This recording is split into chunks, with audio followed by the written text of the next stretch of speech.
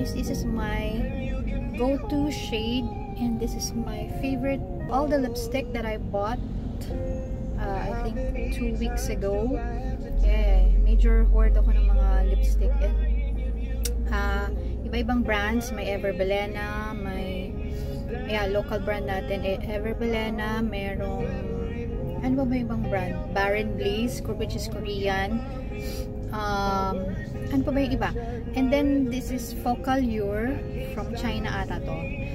Focallure siya. So ito yung lagi kong ginagamit ngayon kasi sobrang ano lang niya. Kasi yung napili kong shade dito is PP02.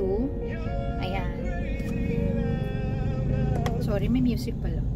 Yan. Hi guys, again.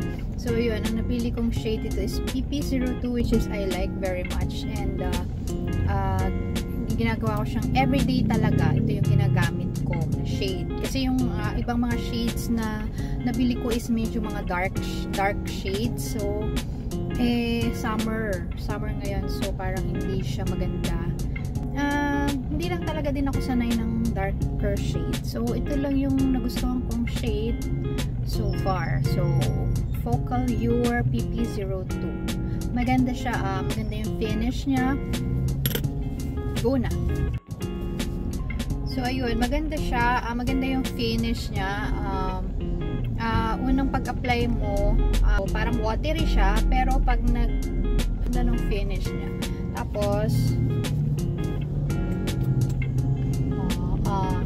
kiss proof siya, basta let it dry ng mga ilang minutes, 4 to 5 minutes ganun. Ayan siya, wala siyang smudge.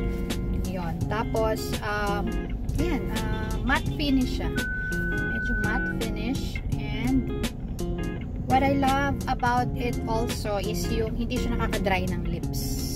Kahit na matte finish siya, hindi siya nakaka-dry.